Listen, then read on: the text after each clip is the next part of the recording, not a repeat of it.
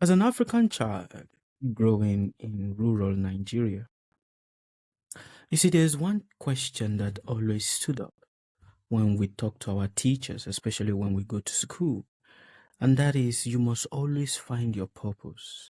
When you find your purpose, your life becomes sublime. Your life becomes beautiful. Everything in your life starts making sense.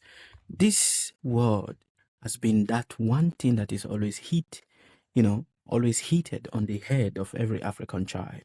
I don't know if you've also experienced that.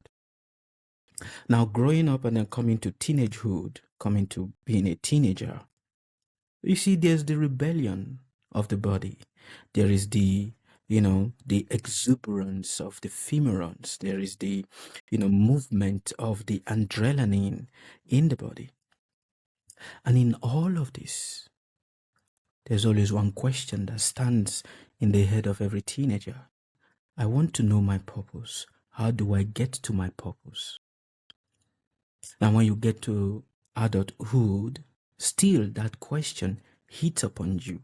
What is my purpose? What is my purpose in life? What is my purpose in life? How do I find my purpose in life? I read through different types of books. Oh, yes, I read. I listened to different types of speakers. I did. Trying to understand or find that one purpose that I need for myself, that I need to be able to reach that endemonia, which is that happiness. And in all of this reading, in all of this hearing from different speakers, different teachers, different motivational speakers, oh yeah, in all of them, what did I come to understand? Every motivational speaker, every motivational teacher have that one unique word to tell you. If you start following this, you will reach your purpose. If you start following this, you will reach your purpose. Every motivational speaker. And basically, you go everywhere right now. There are thousands and thousands of motivational speech to motivate you to find your purpose. And what I come to realize by sitting down with myself is that purpose is not what you find. No one finds their purpose. Purpose is what you are becoming. Which means that everything that is going on in your life, the chaos, the anger, the irritation, the backbiting, the words that is being spoken by people, is all that. That is your purpose. That is just it. Which means purpose is not what you go in hunting for. Like a lot of people, they want to go and hunt for their purpose. Purpose is not like a bird or like a prize that you have to win. It is basically what you are becoming. And you cannot become anything without passing through the negative sides of life. Absolutely. So if you're hearing me right now and you're angry, that is your purpose for that moment. You are sad. That is your purpose for that moment. Because purpose is not that which is in a distant land that I need to go in search of. A lot of people travel outside of their place of birth to go to another country, all in the search of purpose. And what I've come to realize is that which people call purpose is basically social acceptance. What do I do to be more acceptable in the eyes of the society? What do I need to do to be more respected in the eyes of the society? What do I need to do to be more loved by the people? That is what people call as purpose. That is it. Whether it is spiritual or it's not spiritual, it is all about that stirring of acceptance. And hence, the ancient teacher says, the day you truly realize that everything that you are passing through is all your purpose.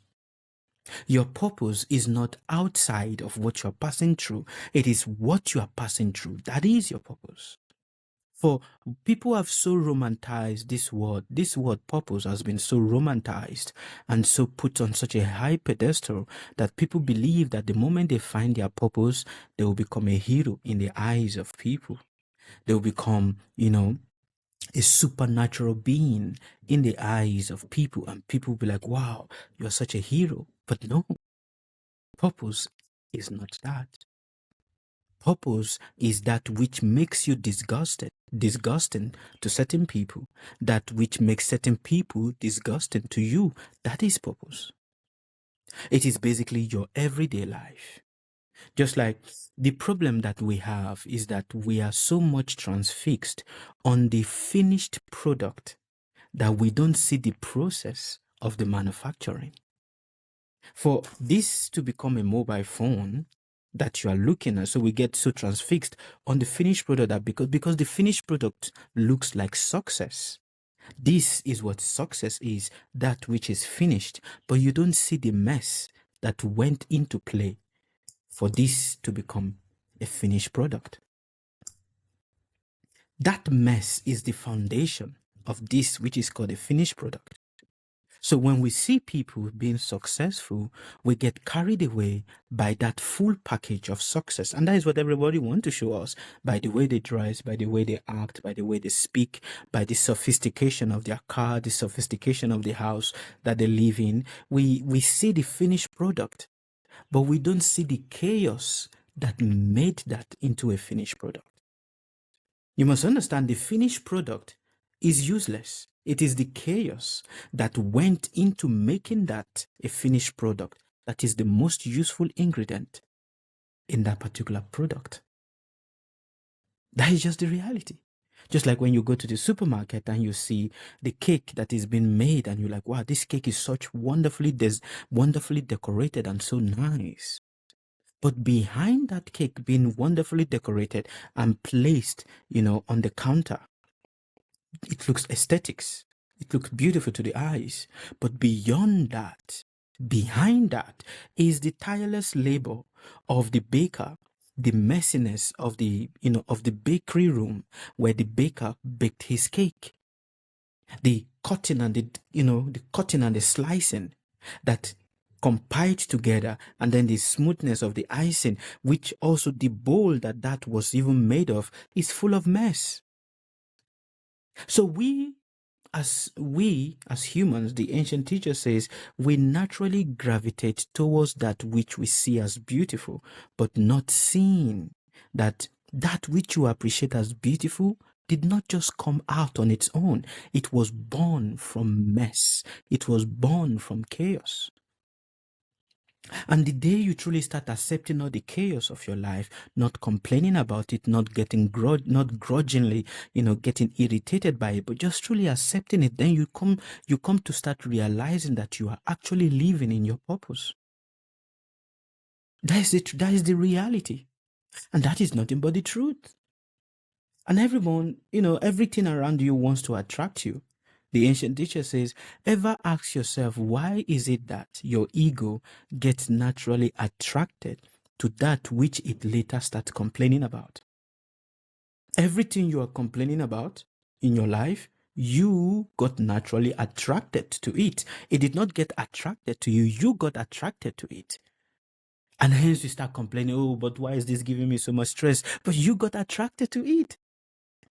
So, in the process of finding or reaching your purpose, you must eliminate from your ear, from your inner orchestra, all the different nuances of what people say, of how to motivate yourself to stand up. If you're feeling lazy, that is your purpose for that day. That does not mean that life is against you or that the universe is against you. If you are feeling sleepy, that is your purpose for that day. If you're feeling angry, that is your purpose for that day. Because purpose is a becoming. It is not what you just jump into. It is a becoming. A child cannot walk without first crawling. That is the natural flow. A child cannot walk without first crawling. Neither can that child walk without first not holding on to things. I hope you're understanding what I'm trying to explain to you.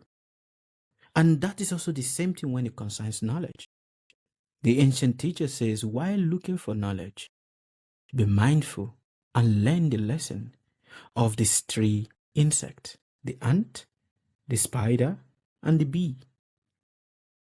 What is the difference between the three of them? The ant gathers knowledge, goes everywhere, gathers, knowledge, has so many knowledge from different sources, gathers it, makes a beautiful ant hill of it. The more knowledgeable the ant is, the bigger the ant hill is, and hence the ant stands on top of it. While standing on top of it, it wants to become the lord of his ant hill.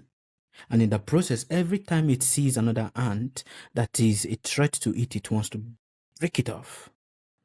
The spider spins knowledge outside of itself. It does not go anywhere to look for knowledge. It's just within himself. He spins knowledge outside of himself, and it mesmerizes the other insect. It mesmerizes the listener. But the mesmerism of the listener is not to the knowledge, it is only to the spider. And hence, the ant cannot really give you knowledge about God, because the knowledge that it has accumulated is only to inflate his own ego.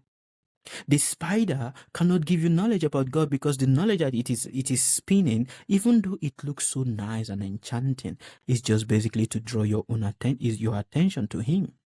And in that process, you become a food for the spider. But the bee goes everywhere seeking for pollen from the best flowers. After getting all the pollen, which is getting all the knowledge from the best sources that are there, makes this knowledge into honey. And while it makes this knowledge into honey, the honey is not for the bee. It is for people.